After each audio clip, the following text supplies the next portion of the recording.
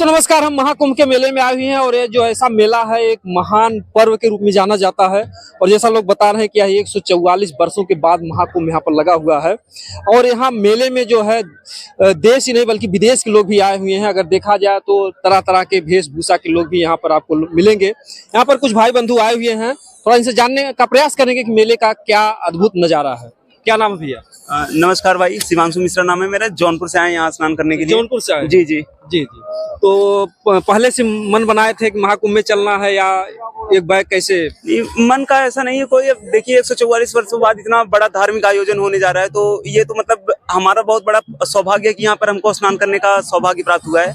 बाकी रही बात तो देखिए भीड़ सब एकदम बढ़िया है ही, तो यहाँ पर सभी श्रद्धालु स्नान कर रहे थे, तो मन में था कि हम लोग भी चले, थोड़ा स्नान करके आनंद लिया जाए भाई। जी जी। अगर देखा जाए तो कुछ युवा पीढ़ी का सवाल रहता है कि ये जो मोदी जी, योगी जी आलतू फालतू खर्चे कराते हैं, मंदिर बनवाते हैं, ये सारी चीजें शिक्षा पे और बेरोजगारी पे, हॉस्पिटल पे खर्च करनी चाहिए।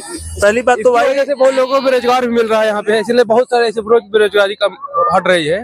रोजगार मिला बहुत लोगों को, मंदिर बने बहुत लोगों को रोजगार मिला, नाव चला रहे उनका रोजगार चल रहा है, सामान बेचे इनका रोजगार चल रहा है।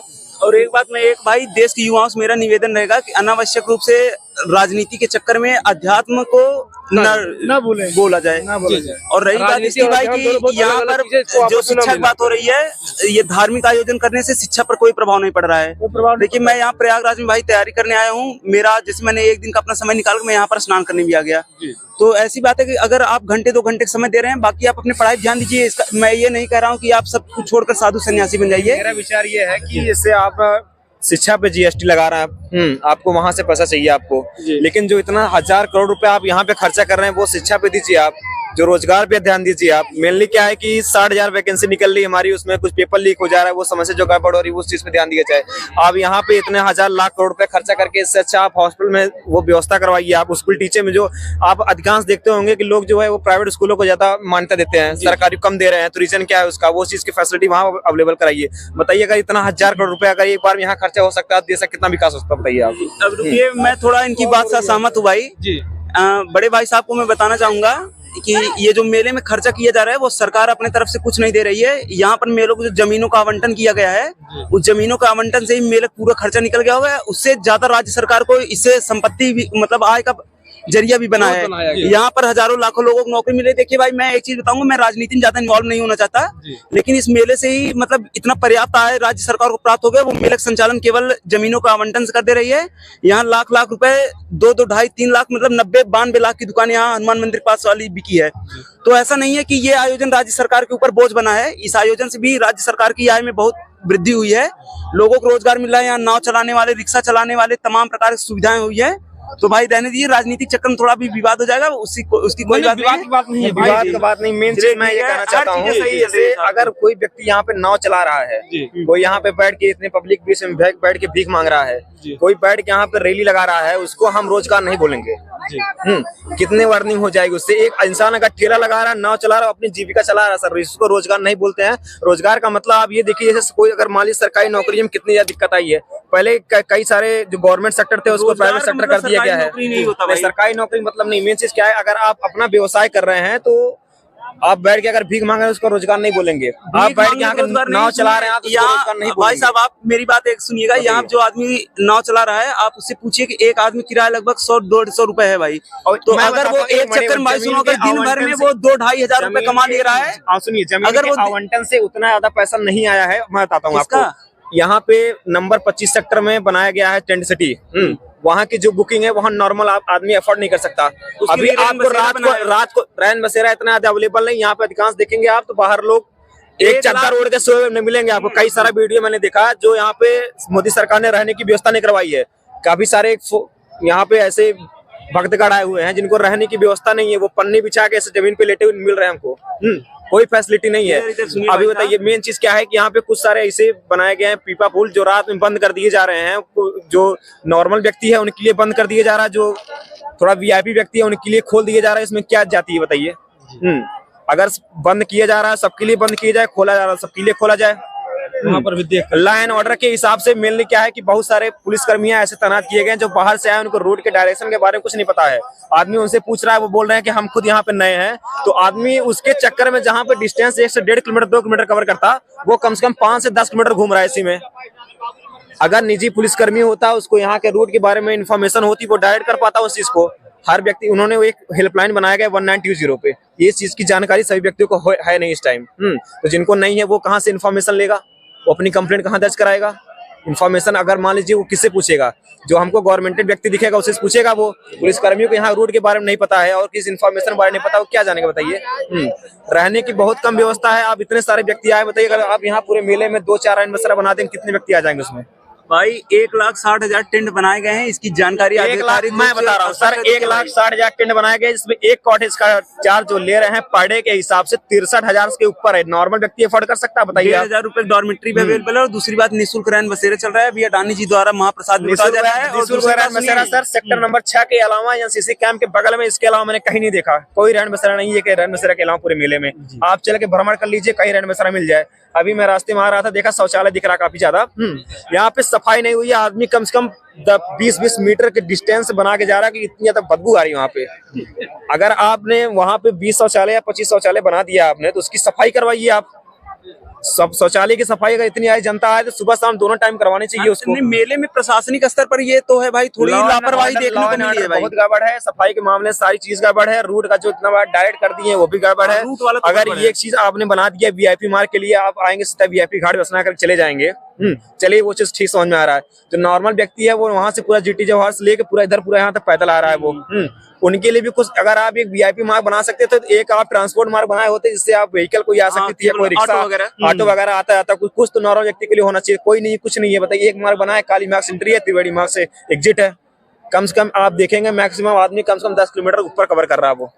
ये नॉर्मल चलना, कई सारे व्यक्ति ऐसे आए हैं जो पैर से चलने में विकलांग है, असमर्थ नहीं चल पा रहे हैं, उनके लिए ना कोई व्हील चेयर की व्यवस्था, ना कोई अदर व्यवस्था है। आप एज ए प्राइवेट सेक्टर के लिए आप एक हेलीकॉप्टर उड़वा दे रहे हैं, बताइए 1200 रुपये चार्ज उसका ले रहे हैं आप। अगर आप ये व्हील चेयर का व्यवस्था करवा दी तो कितना आसान होता। ये है भाई, देखिए साधारण आदमी के लिए व्यवस्था का नाम पे कुछ नहीं है। सोने के लिए व्यवस्था नहीं है इनके पास, सुलाने के लिए व्यवस्था इनके पास है नहीं। आप बताइए इस मेले में जो गरीब है वो ना आए तो उनके लिए ही बेटर हो। नहीं, बिल्कुल सर, दर्शन करने की बात अलग है, लेकिन ये एक चीज मैं बताना चाहूंगा भाई, जो भी आए वो अपने व्यवस्था के साथ में आए। सरकार के ऊपर कोई भरोसा नहीं किया सकता बस। आप प्रशासन की तरफ से भाई, जो गरीब और एकदम मतलब निचले तबके के इंसान हैं उनके लिए कोई ऐसी व्यवस्था नहीं की गई, क्योंकि यहाँ पर हम लोग मतलब प्रयागराज से ही हैं। तो बात ऐसी है भाई, यहाँ पर जैसे जो वीआईपी मार्ग है उन लोगों को अलग कर दिया कि उस रूट पे साधारण आदमी नहीं आ सकते, ठीक ना। अब यहाँ पर हम लोग मतलब काफी लंबे समय से यहाँ प्रयागराज में पढ़ाई करने के लिए रह रहे हैं। जैसे जो यहाँ वीआईपी मार्ग है वो अलग कर दिया गया है, और जैसे साधारण इंसान जो है उनके लिए कोई व्यवस्था नहीं, बहुत लंबा चौड़ा ढूंढना पड़ जाएगा। बाकी मेले का जो आयोजन किया गया प्रशासनिक स्तर पर, उसमें कहा जाता है कि भारत की एकता और अखंडता को बरकरार करने के लिए सरकार तमाम तरीके से योजनाएं चला रही है। क्या ये उचित है कि एक तरफ से वीआईपी लोग हैं उनके लिए अच्छी व्यवस्था दी जाए, जो गरीब बेचारे कुछ ले जाए? नहीं, देखिए वीआईपी ट्रीटमेंट देना गलत नहीं है, लेकिन केवल वीआईपी ट्रीटमेंट देना ये गलत है। आप जैसे वीआईपी या कोई बड़े अधिकारी आ रहे हैं, आप उनको एक अलग रास्ते दे रहे हैं, उनकी सुरक्षा का मैटर, उनका प्रोटोकॉल हो सकता है और ये चीजें हो सकती है कि भाई उनके ऊपर काफी जिम्मेदारी होती है। लेकिन उसी के साथ साथ जैसे जो गरीब या मिडिल क्लास के इंसान आ रहे हैं और उसमें से जो मतलब आर्थिक रूप से या तो पिछड़े हुए हैं या तो उनके पास ऐसा कोई संसाधन नहीं जिससे वो संगम तक आ सके आसानी से, तो एटलीस्ट उनके लिए ऐसी व्यवस्था की जाए। भाई एक रूट आप फिक्स कर दीजिए जिससे वाहनों का आवागमन चालू रहे, ताकि जैसे आदमी 10 रुपए 5 रुपए देकर अपना मतलब बढ़िया संगम तक आके स्नान कर सके। अब ऐसा मत कर दीजिए कि भाई आप यहाँ से देखिए इतनी ज्यादा लापरवाही बरती जा रही है कि आपको घुमा कम से कम 10-10 15-15 किलोमीटर घुमा दे रहे हैं। पुलिस वाले बोल रहे हैं कि आप अगले जाइए, अगला वाला फिर बोल रहा है आप अगले जाइए, ऐसे करके कम से कम आपको 5-6 किलोमीटर दौड़ा देंगे और उसका मतलब कुछ नहीं निकलने वाला है। तो मैं निवेदन करूंगा भाई, जो श्रद्धालु यहाँ पे दर्शन करने आ रहे हैं थोड़ा अपने व्यवस्था के साथ आए, बाकी सब चीजें तो ठीक ही है। जी। अगर देखा जाए तो कुछ न कुछ कमियां रही जाती हैं। इतनी करोड़ों की लागत से इस मेले में जो मतलब लगाया गया, उसके बाद भी जो मतलब गरीबों के लिए अगर देखा जाए तो एक कष्ट के लिए बना हुआ है। कष्ट का मतलब ये है कि भाई इतना ज्यादा भीड़ है तो उसमें मैनेजमेंट करना थोड़ा मुश्किल हो सकता है, लेकिन अगर प्रशासन चाहता वो चीजों को अच्छे से कर सकता था। मतलब अगर एक ऐसा, क्योंकि देखिए संगम में तो अगर आप नॉर्मल डेज में आइए तो आप देखेंगे संगम में मतलब रोड की कनेक्टिविटी इतनी बढ़िया है, क्योंकि ये कंटोनमेंट एरिया है, तो यहाँ पे मतलब आर्मी वालों ने इतना बेहतरीन इसको बना दिया कि मतलब रोड की कनेक्टिविटी एक नंबर है। तो उसमें से 2-4 ऐसे रोड आप डिवाइड कर दो कि जिसपे गाड़ियां आ जा सकती हैं। मतलब प्राइवेट गाड़ी नहीं है तो आप केवल ऐसे ट्रांसपोर्ट के लिए बता दो कि ई रिक्शा वाले या ऑटो वाले आ जा सकते हैं। फिर भी मतलब जनता के लिए एकदम बढ़िया हो जाएगा भाई कि आप यहाँ से पकड़ो, सीधे आराम से आके स्नान करके फिर चले जाओ। क्योंकि आप देखते होंगे कि काफी विकलांग लोग भी आते हैं, मतलब बुजुर्ग भी आते हैं जो मतलब पैरों में कितनी दिक्कत है चलने में। और ठंडी का महीने आज तो मान लीजिए मौसम साफ है, बाकी अभी 2 दिन पहले देख लीजिए एकदम कड़कड़ाटी बहुत ठंडी थी। बढ़िया से किया है, वो अपना फंड बनाने के लिए बहुत अच्छा काम किया है। इन्होंने टेंट सिटी की बुकिंग चलवा दी है। अगर आप एक सेक्टर अलग कर सकते हैं, बहुत बड़ा एरिया होता है जिसमें पूरा अरेल सेक्टर, अरेल ग्रिड में है ना, वहाँ पे एक पूरा टेंट सिटी के नाम से काफी स्पेस दे दिया उन्होंने, जहाँ पे लोगों का एक कॉटेज जो है वो 63 से 70 हजार रुपए में हासिल हो रहा है। अगर आप एक टेंट सिटी बना सकते हैं, उसको आप ऐसे पैसे पे है वो, आप निःशुल्क बसेरा भी बना सकते थे। कोई एक सेक्टर अलग कर देना चाहिए था जहाँ पे निःशुल्क होता। अगर आप लाखों करोड़ रुपए खर्चा कर सकते हैं इस चीज के लिए, तो आप ये निःशुल्क वैन बसेरा बना सकते थे। कई सारे गरीब व्यक्ति हैं जो यहाँ पे ऐसे ही पन्नी ओढ़ के सोए हुए हैं। बताइए, व्यक्ति आया है तो उन्होंने क्या है कि एडवर्टाइजमेंट करवा दिया है उस चीज का कि व्यवस्थाएं जो हैं वो एक नंबर की हैं, लेकिन यहाँ आने के बाद वो चीज की फैसिलिटी नहीं मिल पा रही है।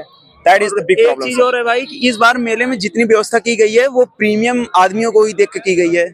मतलब जैसे ये बढ़िया देखिए, व्यवस्था एक नंबर करवाए बाबा जी।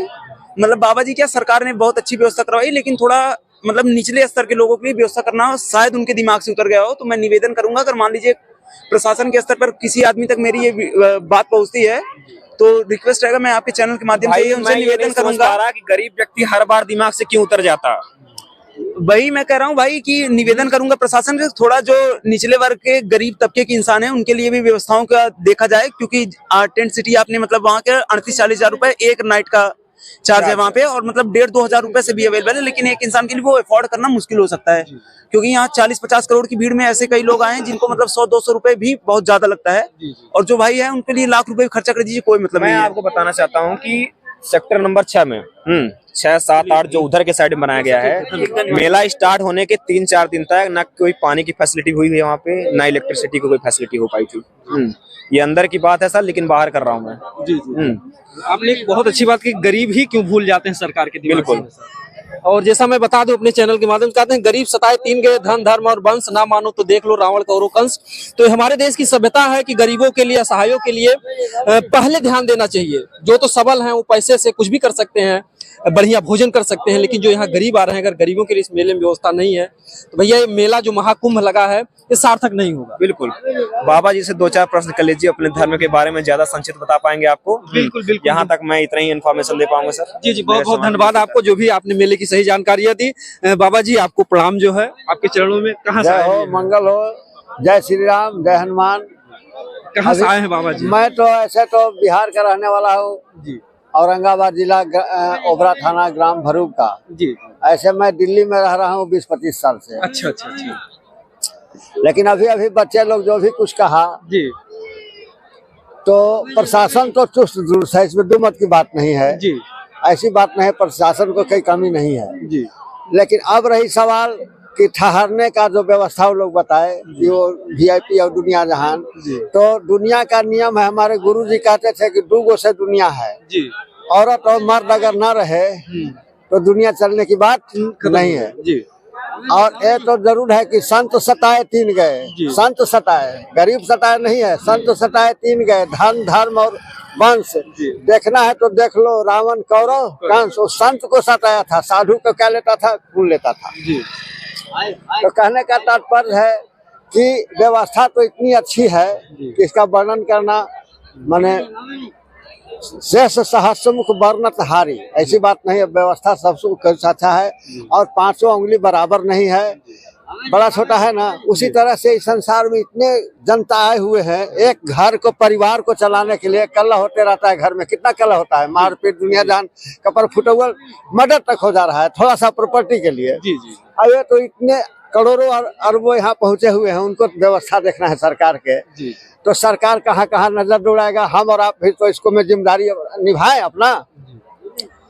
और दूसरी बात है कि पानी के लिए जो सेक्टर 6 है, ये सब को बता रहे हैं, तो नया नया जो टेंट तो अभी बाद में लगाया है, तो जैसे वो लगाएगा तबे ना वहाँ पानी मिलेगा। ऐसी तो बात नहीं कि लगेगा नहीं, पहले ही पानी अब तो मिल जाएगा। ये गलत बात कर दिया। वो बच्चा तो बोला सेक्टर 6 के लिए, मैं 6, 9 उधर सब उधर घूम देख रहा हूँ।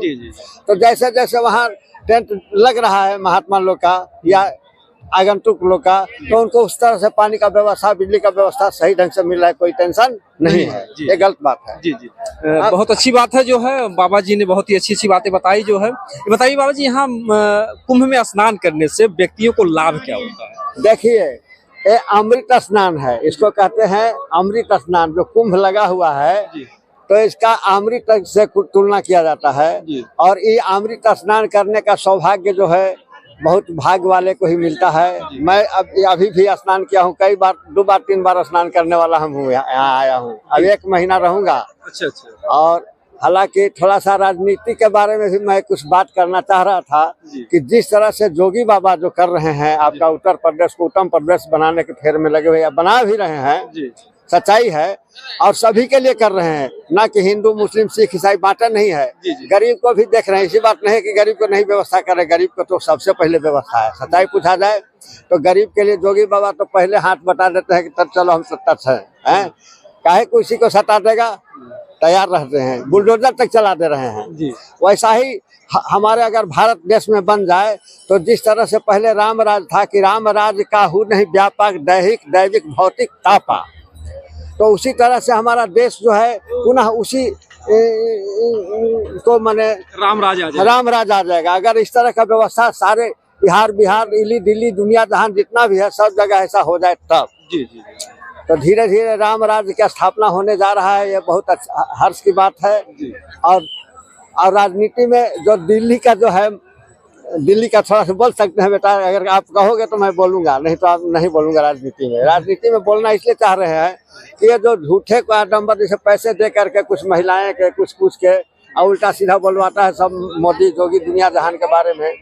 लेकिन सच्चाई पूछा जाए तो अगर हमारा मोदी और जोगी नहीं रहते तो देश कहाँ चला जाता भगवान जाने। कितना मारकाट नरसंहार होता था बिहार में भी, यहाँ उत्तर प्रदेश में भी, लेकिन आज उतना दंगा हो रहा है? नहीं हो रहा है। सच्चाई बात है। तो नहीं हो रहा तो सत्य को सहारा देना चाहिए, न कि उसका खिलाफ करना चाहिए। जय श्री राम, जय हनुमान, इतना ही कह के मैं अपना वाणी को विश्राम करता हूँ। और राम राज की स्थापना हो।